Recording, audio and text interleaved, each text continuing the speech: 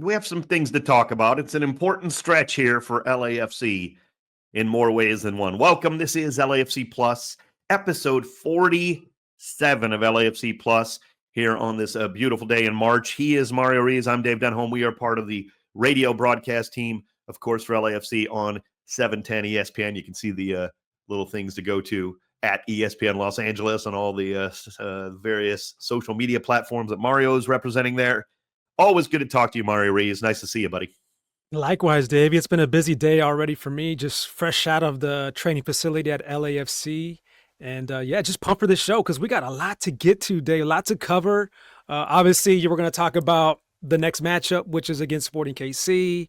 We're going to talk about LAFC 2, who had an impressive performance last night. We're going to do some Futbol Fit Check as well. I have a sit-down with Ryan Hollingshead. It's a jam-packed show today, Dave. Yeah, no doubt about it.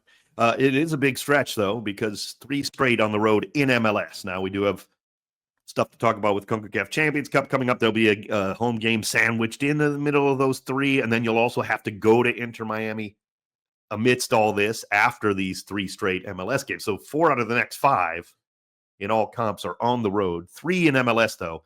And that's where we'll start because okay, they're struggling a little bit.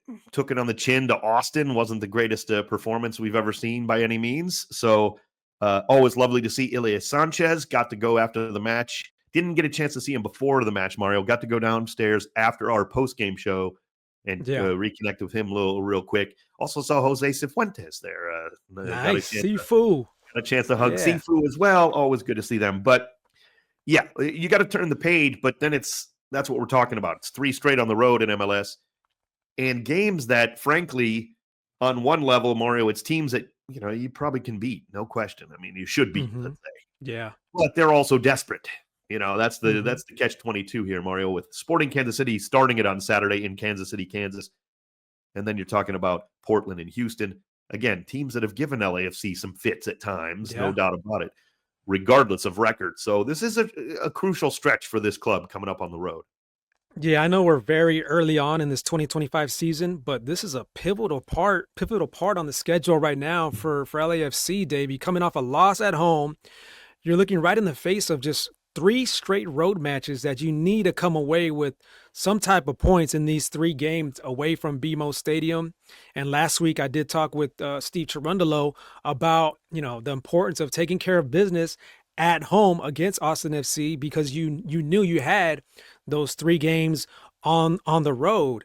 And I don't think, LAFC played bad at all in that game against Austin. Matter of fact, it was just that Austin capitalized on that one set piece. And then that was pretty much it, Dave. That was it. They capitalized on the set pieces, which are always dangerous. Yeah. But now, you learn from that. And now it's time to get on the road and scrap out points on the road. Yeah, a lot of what Mario just outlined here is right in my notes, too, honestly. We're kind of simpatico in what we're thinking here. I wrote down they got to get back to getting points in MLS now that the CCC run has a little break here. I know they're on the road, and that's tough, but you do have a couple weeks off from the Champions Cup, and I know it's been busy, no doubt, and that isn't not an excuse. That's truth. It's been very, they jam-pack the schedule in early when you're part of Champions Cup. A lot of you teams and fans of some of your teams, you don't know what that's like because you're never in the Champions Cup, okay? So let's just leave it at that. Take it easy on them, Dave. Take it easy. Yeah, well, stop giving me grief. And one of the things Mario just talked about, too, in a roundabout way, is the defense is not the issue currently. They gave up a goal in the set piece, and you don't want to give up an early goal to a team that honestly is coming in as an underdog and then will probably park the bus on you if they score that early goal. And Austin did a lot of that. They weren't really dangerous after that goal, to be honest, but they didn't need to be. But the defense is not the issue right now, Mario. We know that. I think another issue, Dave, is also I think that Inter Miami game just lingering there. Everybody knows how big, how massive that is. Everybody's looking forward to it. I can't help but to think that it might be a distraction. I hope not. I hope players and coaches are thinking just, the next game at hand. But wow, people are really, really pumped up for that game against Inter Miami at BMO Stadium. And then the next week going to Inter Miami. Yeah, the whole series, the 2-leg series, because it also gets you into a semifinal of the Champions Cup if you win it. But it is going to be massive. Might be the last time we play Lionel Messi, if he's available. Of course, he's kind of banged up. So you're right. honestly, it is an excuse. Like you should be looking forward to that. So I'm not going to try to sit here and tell you that it's not big. It is bigger than MLS play. You have to be ready. You have to be ready for those games, right? So managing Absolutely. minutes and managing rotation has got to be a strategy, I think, maybe from now until those 2 matches against Inter Miami. Yeah, those Inter Miami legs are bigger than MLS games in the regular season, no doubt. But the problem becomes, Mario, is there's never a guarantee in any of this, of course, we know. Mm-hmm. So you can't just throw away MLS games. Now, LAFC is not doing that by any means, and they don't do that. Always put out a strong lineup. That's just how LAFC is. They're too deep not to. But my point is, some teams, you look at it and you're like, well, it's the Champions Cup or bust. Yes, that's true. However, this is 9 big points on the road in the midst of all this too. Yes. Massive. And if you can if you can get a lot of points out of that, if you can get into a little bit of a streak, again, kind of rebuilding that's huge, massive when you're going through this Champions Cup run to have these points banked. Yeah, and the LAFC defense has been so solid and so strong so far in these first few matches, these first few weeks. Yeah. What's been coming to mind is who is going to be the Bogusz of this season in 2025 for LAFC. We know that defense, that back line, Hugo Lloris is going to keep you in a lot of games, maybe even win you some games. That Dolo defense is the best in all of MLS probably. But who is this year's Matty Bogusz?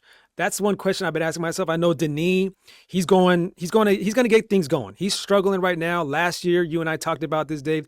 Last year, he struggled kind of similar to what he's going through right now, but he got it going, and LAFC got it going and actually won the trophy. So I'm not worried, but I am wondering who's going to step in and kind of be that Bogusz of this year. Well, just in case you were wondering further about Denis, I had to point this out on social media. Someone had put up a graphic. Mm-hmm. Not trying to rip on Denis, but he was struggling, of course. And right. I beg your pardon, it's escaping me who it was, but you can go check it out. And so I just commented, FYI, like I said it on the broadcast. If you didn't hear that, yep. Well, if you didn't see this post, I'll say it right here. Last season, Denis also didn't score in the first 4 MLS regular season games, which I thought was a big surprise. Then I remembered how much we struggled, honestly, offensively, to start last season in MLS. So it's not that big of a, surprise in a sense. Yeah. Also, excuse me. Had to cough there for a moment. Sorry. Denis also scored 2 goals today as we broadcast this show. We do this show on Thursdays normally every week. Yeah. Scored 2 goals earlier today for Gabon, just in case you're wondering, against Denis. He's just doing what he does, Dave. It's exactly right. So he's heating up there. Mario will be missed for sure, but I think LAFC has picked up some better options this year, and then we got Zingas Under. He's going to get some playing time, and he is a talented guy. I mean, I was talking to some of the guys today at the training facility about what he brings, and they're confident in his skills, and they know that he's going to help out with that left foot. He has a beautiful left foot, Dave, and that is just something to look forward to for all of LAFC fans. Yeah, and if Denis is missing a couple games, you do get minutes for Under. You maybe get more minutes for David. Okay, we don't want to miss Denis, but excuse me, that is going to be difficult. But yeah, you just got to keep going. Yeah, much like me with this throat here. So it's going to be a tough one this weekend. It's a tough one this weekend against Sporting KC. It is. They're looking for their first win of the season, Dave, still. But they got that dog in them because this weekend they were about to lose 3-0. I mean, it was 3-0 into that second half. And they found some fight in them, and they ended up tying that 3-3. So they kind of got a little bit of momentum going into this match. They feel like that's one of those draws that actually feels like a win. And the way they did it is very impressive. So if you're LAFC, you better make sure that you seal the deal in this one. If you do get ahead, seal the deal and finish strong all the way to the end. It's going to be tough at Children's Mercy Park or being on the road, but yeah, you got to seal the deal. I agree. Sporting, as I always like to joke, beat Minnesota United 3-3 in that game, no doubt. Yeah, I was watching that. It was one of the games I said to keep an eye on for a reason of Sporting Kansas City struggling so bad that if they did take a loss, look out. Yeah. And I'm watching it going, oh my goodness. And it's like early second half, it's 3-0. I see that like Minnesota's running over them, just destroying. I was starting to think like, what in the world is Sporting KC going to do after this match? Is it over? Like, do they, what? And then all of a sudden they come back and they maybe could have won, at the end. Dejan Joveljic gets the third one. 3-3, the final is their first point.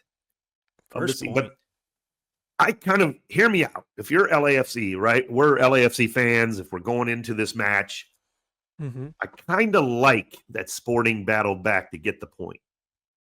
I do. Okay. It sounds crazy because now, as Mario said, they're kind of like maybe they're feeling better about themselves, still looking for that first win. I like that they battled back to get a point in this game in a way, because I think maybe there is not as quite as desperate. Not that's what I was going to say. The desperation is not going to be there. Yeah. Maybe. Now, I could be wrong. And maybe this draw, 3-3 win, essentially, will vault them into something better. Maybe that does happen.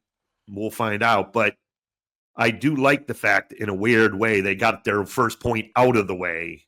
And they're not 0-4 and just getting drubbed every week. No, they're better than what their record is, Dave. They got some talented players over there. Look out for Joveljic. Of course, we know him very well from his time with the Galaxy. We know how dangerous of a scorer he can be. He already has 2 goals this season so far in 2025. So check that out. And then also Joveljic, he has a tandem there. Manu Garcia is something, Cherundolo and the LAFC defense will have to contain. And we haven't seen him yet. We haven't seen him yet. If he does his thing, if he cooks up in this one, that could be trouble for LAFC. Absolutely. Yeah. And, Eric Tommy is always a pain in the neck, to play against. It's always tough. Yeah. So they have individuals. He had a goal in the last game as well. Yeah, individuals. They have moments that can be dangerous, certainly. We saw they scored 3 goals against a pretty good Minnesota United defense, and a defense who was winning 3-0. Yeah. Right? So admittedly, your team's going to be coming hard at you, but you should be able to hold a 3-0 lead, and Minnesota's a good team, and they couldn't do that. So it does give Sporting a little bit of a lifeline, if you will, and a win over LAFC would certainly go a long way to curing a lot of their ills, but we can't let that happen, bottom line. Now, you got to remember now, Sporting KC is the team that made it to the U.S. Open Cup final just last year. They were in the U.S. Open Cup final, ended up losing to, of course, none other than the Black and Gold. That was a thriller of a game. I remember Olivier Giroud's goal, a massive goal for Olivier Giroud. Omar Campos had a big one. Kai Kamara had a big goal in that one as well. But, Sporting KC, they're always coached well. Peter Vermees is a great head coach over there. The only thing is they haven't won against LAFC in their last 7 head-to-head matches. Oh, boy. Do we have to hear about that too? Seattle, we kept, eventually a team's going to beat somebody, right? That's the scary part, right? Yeah, so that's true. Let's just hope it's not coming up on Saturday, of course. And, speaking of Denis Bouanga in those African World Cup qualifying in AFCON. Yep. A shout out to our old buddy Kai Kamara, who came off the bench today for Sierra Leone. Wow, nice. His national country, where he plays. Yeah. Yep.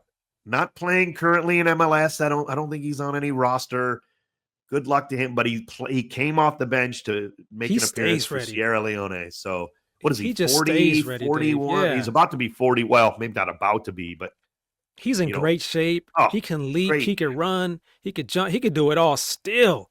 We remember seeing him at the training facility. He was still hitting high numbers. Like, I think he was even higher on the charts than some of the younger kids. I'm not even joking around. That's like, honest. I don't doubt that. Yeah, he's a tremendous athlete, no doubt. Yes, what an athlete. So shout out to him. I saw I wasn't able to watch that match. I was watching Denis and Gabon. And, I saw Kai Kamara be, inserted as a sub. I was like, that's awesome. What's up, Kai? I love to hear that. Yeah, absolutely. Speaking of things we love to hear, an interview you just did, Mario.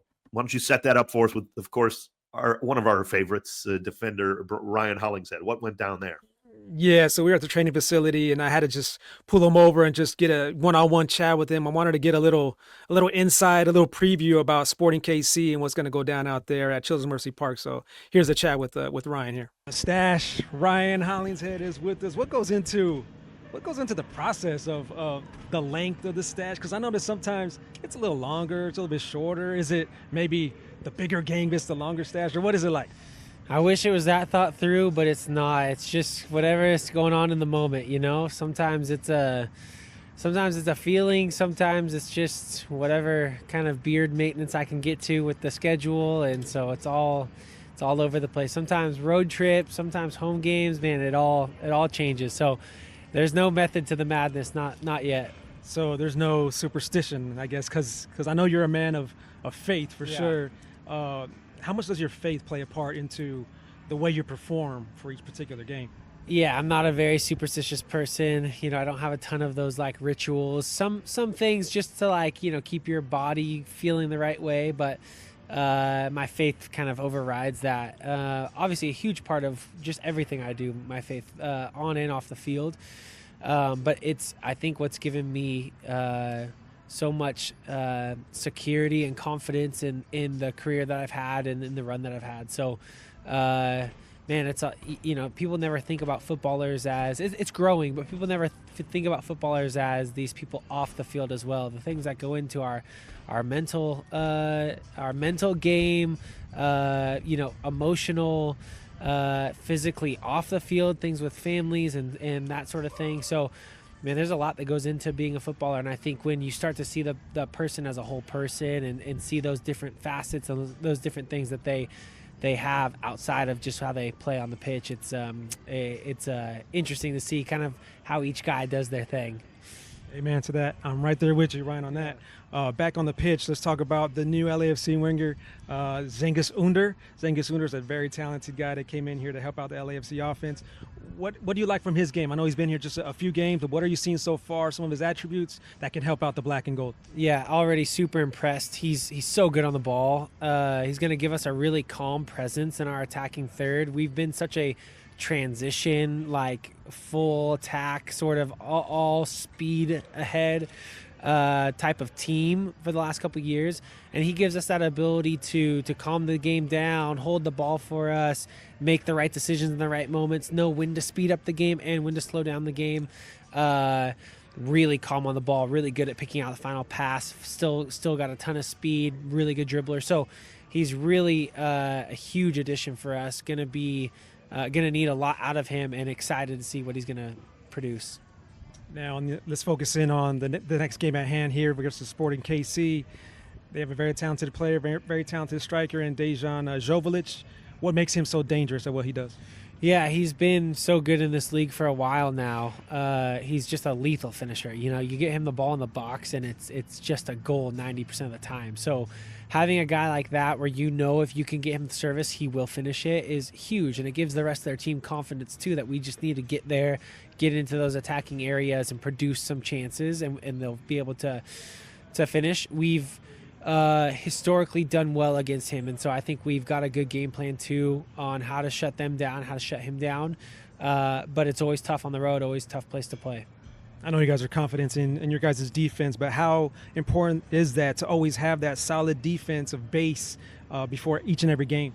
Yeah, like you could see at the beginning of our season, winning a couple games back to back to back, 1-0, 1-0, and all of those games are so important, and that's 3 points, and that's because we're keeping a shutout. And so historically you've known LAFC as like a 4 or 5 goals sort of team. We score a lot here, and that's true and will continue to be true, but there needs to be moments too where our defensive structure is so sound that we can win those games 1-0 when we need to, and especially on the road. You got to be ready to win any way you can on the road, and so having that defensive structure that then can allow us to get that goal or two is huge.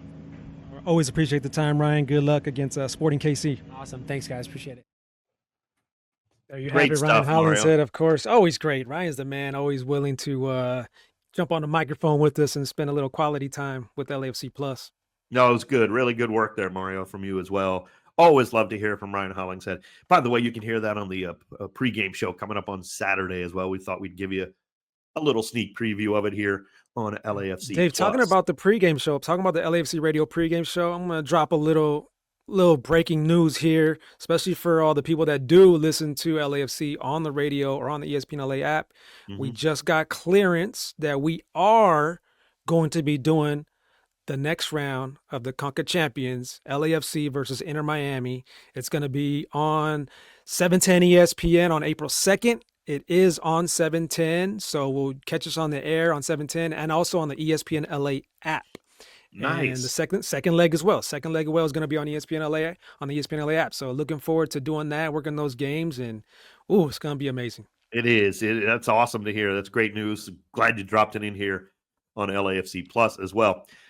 Dropping into the U.S. Open Cup was not in the plans for LAFC. We could not defend our title this year. However, LAFC 2 get their crack at the U.S. Open Cup, and that got started in the first round yesterday for LAFC, Wednesday night, and LAFC 2 took care of business at home. Oh, yeah. Against FC Arizona, 7-1 the final. Yeah, you heard that right. Jude Terry is a guy that I wanted to talk about, Mario. I know we wanted to discuss him on the show. Shout out to him. Now, the rest of his teammates, I'm not trying to diss them. We were going to talk about Jude Terry anyway. Yeah. Because he is part of LAFC. He's on the LAFC roster. He happens to be playing with LAFC 2 right now. But this kid, a couple of goals in this match. And again, kudos to LAFC 2 for moving on. But we're talking about Jude Terry from a bigger perspective than just the game on Wednesday night. Oh yeah, wow. He has all the confidence in the world, Dave. Oh, he wants man. the ball at his feet. He likes to be the one kind of pulling the strings in the midfield. He presses well. He just does so many little things well that the coaches love to see. Matter of fact, shout out to Junior Gonzalez, who's the head coach of LAFC too. He has these boys playing very well right now. You can see the hustle is there from everybody. Yeah. Spacing is there. The way they spread the field. They didn't take long to make a statement, by scoring in the first 90 seconds of that match. So what a game for LAFC 2 to say, hey, we're going to defend this cup as well as we can. And they made a statement, 7-1 in that match. So my dream is this, all right? Go with me. I think you're going to like this one, Mario. Yep. LAFC win MLS Cup this year, right? Black and gold. Yep. Let's do it. So that gets us into Champions Cup for next season. LAFC 2 win the U.S. Open Cup this year. I love it. With the way they played, hey, I'm not mad at that with the way they played. They get into Champions Cup. I want the 2026 CONCACAF Champions Cup final to be LAFC versus LAFC 2. Never thought about that. I don't think anybody's ever thought about that one. Honestly, yeah. I don't even know if that's if they would even allow that. You know what I'm saying? I don't know if I could be way over my skis here. I haven't even checked. I should call someone. I should check with CONCACAF. I don't even know if they would allow both teams in, if that makes sense. Yeah, you're such a soccer geek, such a LAFC geek that I think you're the only one that has ever thought about that, but it kind of makes sense. And I think it's possible. And I think that would be amazing for the black and gold. Oh, I mean, it would be incredible. I don't know that it's even not legal, but if it's within the laws of CONCACAF, if they say, well, you already qualified your first team, let's say LAFC wins, of course, MLS Cup, or they qualify winning leagues cup, whatever. So they're going. Are you even allowed to, if LAFC 2 were to happen to go and win the U.S. Open Cup? Yeah, that'd be a bit of an upset, certainly. But they, they're professional players. They might be a little younger, but they're all pros. So let's say they win. Are they even allowed? Somebody would probably, you can comment on YouTube. If you watch this on YouTube, let me know. Again, I should have called somebody at CONCACAF or even just checked it out. It came to me off the top of my head. And I was like, well, why not? How great would that be though? If that's possible, that would be incredible. But Dave, back to Jude Terry though. I mean, the way he does that half turn, I saw it a couple of times in this game. Gosh. Half turn and just boom, he's on his horse. He's on a run going forward. And it's so exciting to watch that style. Matter of fact, I talked to Steve Cherundolo today, and he said it was a fun style of play that LAFC was playing with last night. It was fun to watch that game with so many goals, and they stuck to the game plan, he said. So, I mean, Jude Terry, he might be a quiet person, I think, off the field. I talked to him a couple of times. He's a little quiet, but on the pitch, he's not quiet at all. You see his arms out. He's yelling at guys, kind of giving direction and communicating well with his teammates. I mean, I think he's definitely a leader, and he definitely stands out on the pitch. He passes the eyeball test right away. I agree. He's a midfielder. He thinks like an attacker. He's willing to put in the work defensively, but Yes, You he know, does. obviously that's not his first primary, responsibility, but it's still you have to defend. And he's so young, but he's also very mature on the pitch, good Yeah. size. It's not like he's going to get, pushed around for a few years or anything. He still has to, grow. He's only 16. He's got to grow into himself a little bit, but He's got some height to him. Yeah. yeah, like he's not like he's good size. Like he can, he Yeah. can certainly handle himself. He's not going to get run over by grown men or anything like that. And the thing is, Mario, we talk about this a lot, and this is what I understand a lot of scouting has gone the way of analytics, and that's fine because you have to like scout the whole world of soccer, right? This is not NBA, this is not professional basketball or baseball, where there's a lot of people playing it, but it's not even comparison, there's not even comparison to soccer. Like there's so many times more people. So yeah, you have to go through analytics often to kind of scout, break things down. Then you go look at a player. But here's the thing. When I look at a player over my 54 years here on the planet, and I love soccer, I love watching. I probably watch a lot more football than most of you.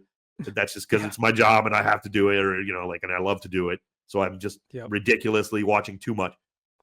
I just look at how a guy moves with and without the ball. And I mean, like athletically, but how he looks at the pitch, like how you can just see who has it some point, like sometimes. Now, maybe I'm just oversimplifying it. Yeah, probably.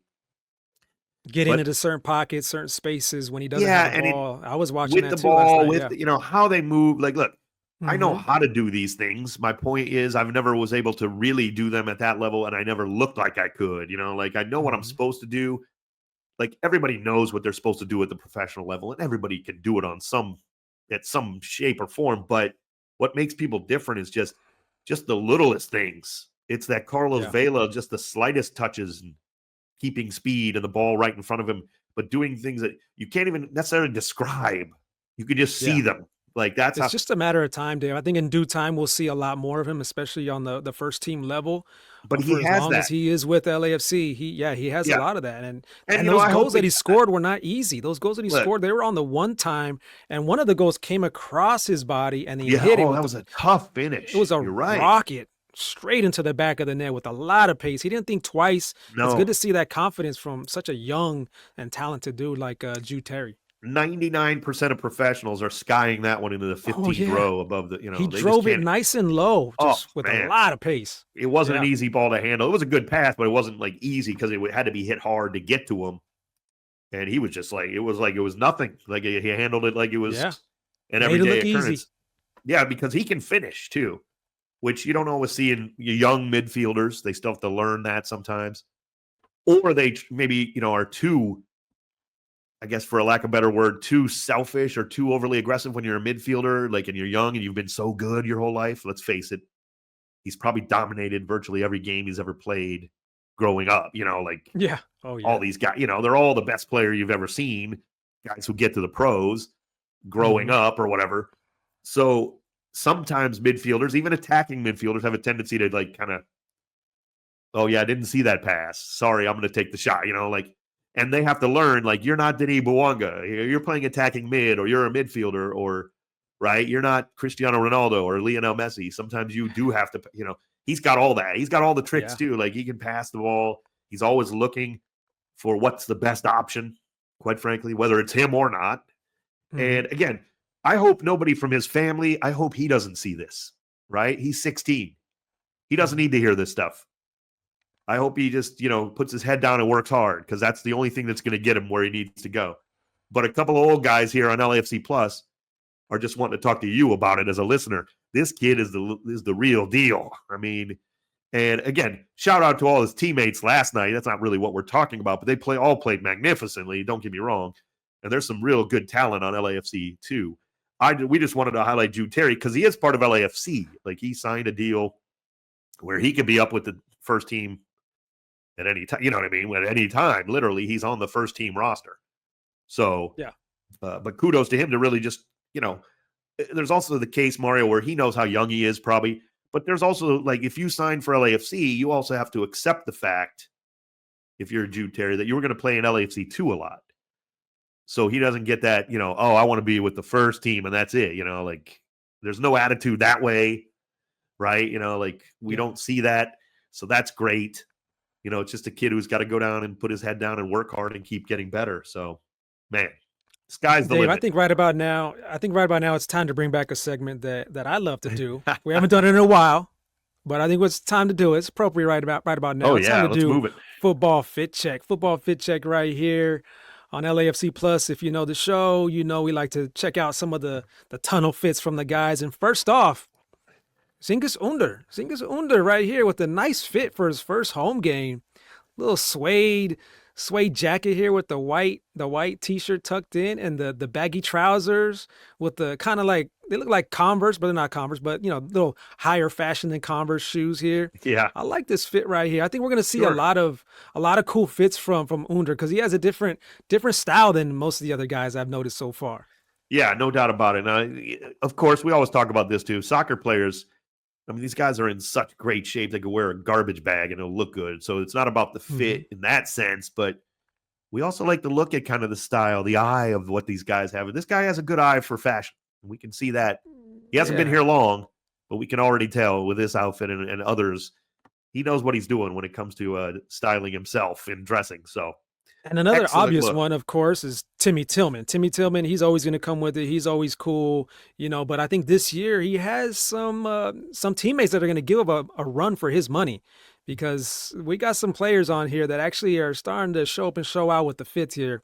Is that a little Hermes scarf look going or what? What is that? Yeah, I like that. That's what I was going to say, that the scarf they're hanging down from the waist is matching the tinted orange sunglasses. Looks cool. And then when you have hair like that, I mean, you're always going to look cool. So yeah, Timmy always doing his thing. And then one more here, we got the youngster, David Martinez. He loves these long shorts, these long jean, I think they call them jorts, right? But the thing is like, he's always kind of like subtle with his fashion, but I like that shoelace that he has as a belt.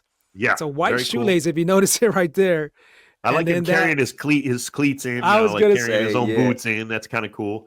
That's kind of like his lunch pail. Like, I'm ready. I'm coming here to work. I think that's a good choice. But I love the top. Yeah. The shirt is awesome.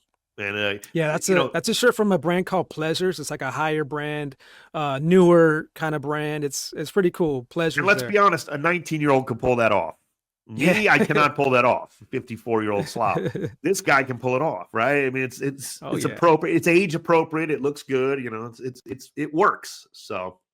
Oh yeah, and then the cleats are the Adidas, the silver with the navy blue, but then with the orange laces. If you notice right there, he's always got to throw his own little flair on there, which is what I love about David. And yeah, just that lunch pail type look. Like, I got these cleats in hand.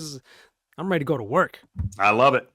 Excellent choices there, Mario, for Futbol Fit Check. We welcome that back for the first time in season 2 here. Certainly a mainstay last season of LAFC Plus is a Futbol Fit Check, and some good stuff there. If you're listening to the podcast and you're like, well, what are the looks like? Go to the YouTube, check it out there, or, go find these photos on LAFC.com, all those kind of things. But excellent choices from Mario with Futbol Fit Check. Time now to preview the rest of the MLS weekend with a couple of games that we want to point out to. This is the plus portion of LAFC Plus. Mario, you had a good choice right off the bat, and I think it's a wise one. It is Vancouver hosting Chicago. Yeah. And I mean, why not? Vancouver's the only team that's utterly perfect in MLS play this year. Haven't dropped a point. So talk about this matchup hosting Chicago. I mean, Chicago's playing better, Mario, but there's still a good opportunity here for Vancouver to get another 3 points at home. Oh, yeah. And also, a former LAFC player, Tristan Blackman, has really found a home there in Vancouver. He's been there for a few years now, but I think, he really feels comfortable there, and he just had a game-winning header in their last win for Vancouver.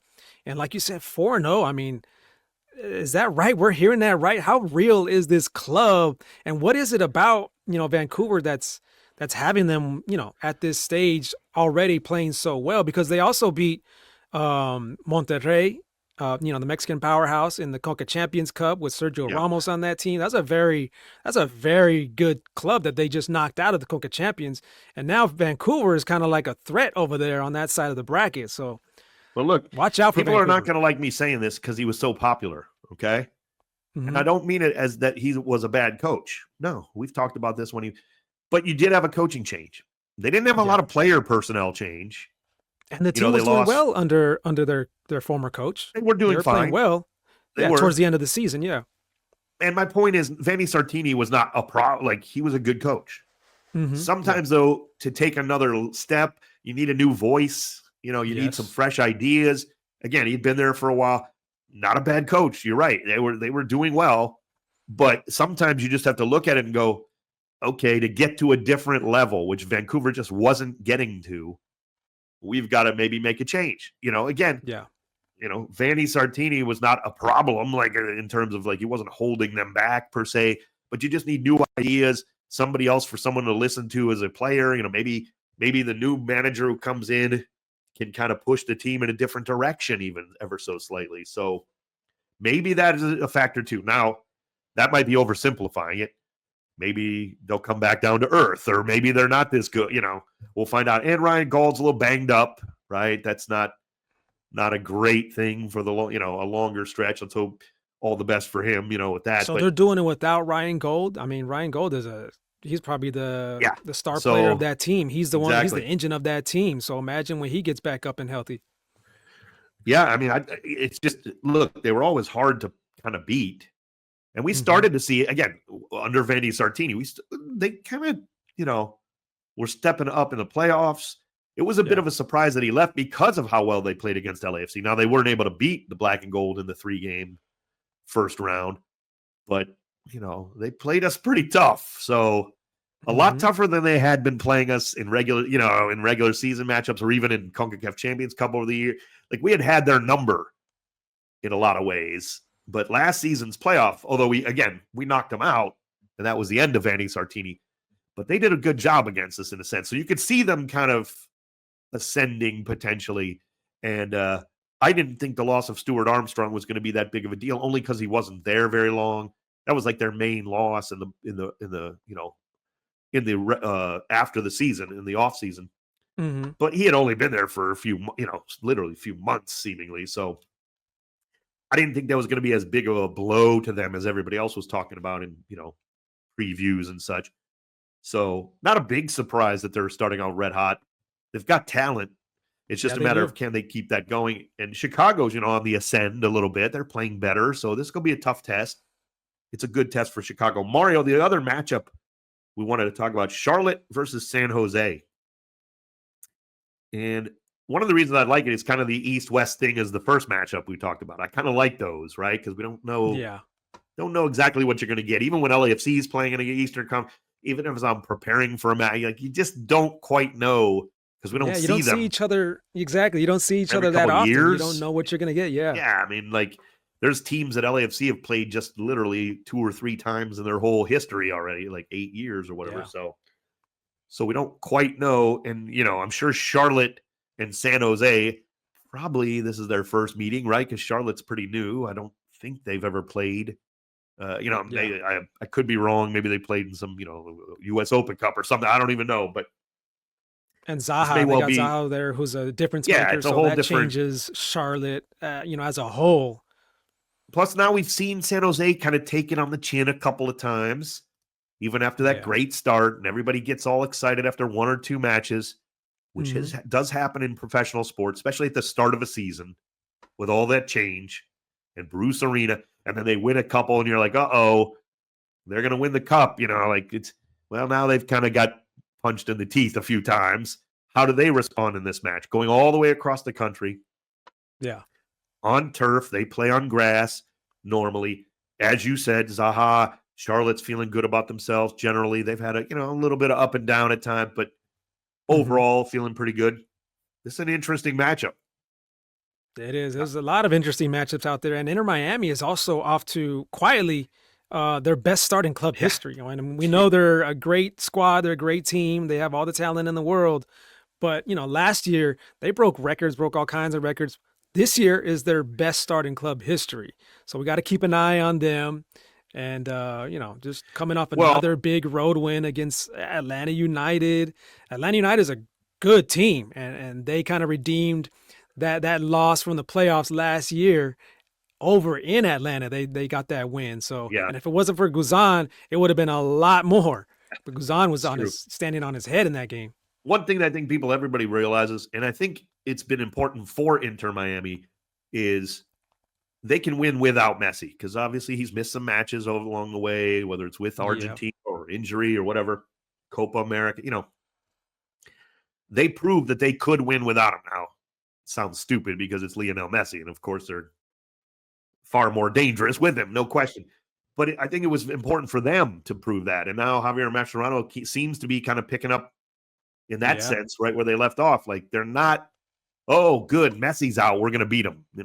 Please, they're too talented for that, So, yeah, of course they want Lionel Messi to be available every match, but even when he isn't, they are definitely a handful and probably still the best team in MLS without Messi. Yeah. I mean, that can be debated, certainly, by a number of teams. You have the defending champs, the Galaxy, are still, in the absence of Ricky Puz, just really shows how much they really need him, and it really shows how good he is, and he's just a difference maker. So there's plenty of like good players around MLS and in other leagues, but there's very few difference makers that just come on and just like every single match they make their mark, and that is the difference of the game each and every single game. That's Ricky Puz, and right now the Galaxy, the defense, it wasn't good last year, but they scored 3 goals or 4 goals or multiple goals a game, so they wouldn't worry that their defense wasn't good. This year they have to worry that the defense isn't good. There's no Ricky Puz, there's no offense, so they're struggling right now without Ricky. It's a great point, no doubt. So some very intriguing matchups. We love to talk about those. Always a pleasure, Mario. LAFC Plus is always great. LAFC at Sporting Kansas City Saturday afternoon, 5 o'clock airtime Pacific on the ESPN LA app. Join us there. Mario, take us out of here. Great episode 47, brother. Nice to see you. Yeah, likewise, Dave. And one little note I have here in my notes. So far, in 8 total matches in 2025, when LAFC score first, they've won that match. Yep. When they concede first, they've lost that match. So who's going to get out in front in this one here Saturday at Children's Mercy Park? LAFC against Sporting KC. Make sure you catch that this weekend. And also catch you on the next episode of LAFC Plus. That's Dave Denholm. I'm Mario Ruiz. Peace.